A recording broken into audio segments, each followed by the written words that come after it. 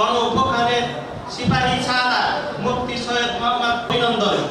প্রিয় সংগ্রামী সাথী ও বন্ধুগণ, ইসলামী যারা দুনিয়া চায়, দুনিয়ার সম্পদ মাত্র আল্লাহ তাআলা যাত্রা শুরু করেছেন 17 বছরের ব্যবধানে।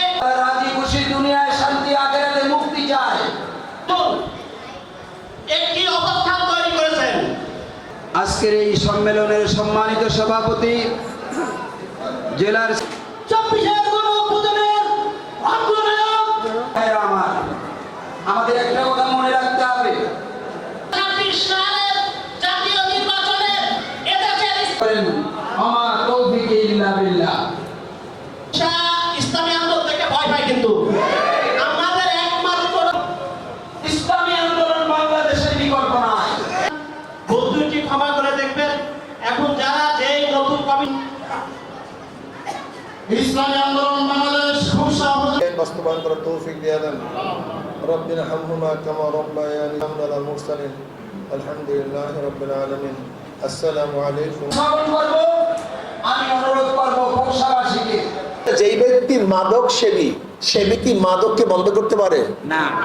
যে ব্যক্তি গাঁজা সেবী সে গাঁজার বিরুদ্ধে কথা বলতে পারে। আচ্ছা, যে ব্যক্তি দুর্নীতিবাজ সে কি দুর্নীতি বন্ধ করতে পারে? এখন বলেন তো, আমাদের বাংলাদেশের মধ্যে দুর্নীতিবাজের সংখ্যা কি পরিমাণ? হ্যাঁ, তো এদের মাধ্যমে আমরা দুর্নীতি বন্ধ করবেন কিভাবে, সম্ভব কিভাবে আগে বলুন তো? আন্দোলন মুখেও যা বলে কাজেও তা করে। ইসলামী আন্দোলন কি চায়? আল্লাহর জমিনে আল্লাহর হুকুমত চায়। ইসলামী আন্দোলন বাংলাদেশ চায় আল্লাহর জমিনে শরিয়া বাস্তবায়ন করতে। ক্লিয়ার কাট কথা, ক্লিয়ার কাট কথা। কোন আমেরিকা রক্তচক্ষু, কোন ভারতের রক্তচক্ষু ইসলামী আন্দোলন বাংলাদেশ ভয় পায় না। ইসলামী আন্দোলন বাংলাদেশ 93% মুসলমানদের দেশে ইসলাম হুকুমত চায়। বলতে হিন্দুদের অবস্থাটা কি হবে?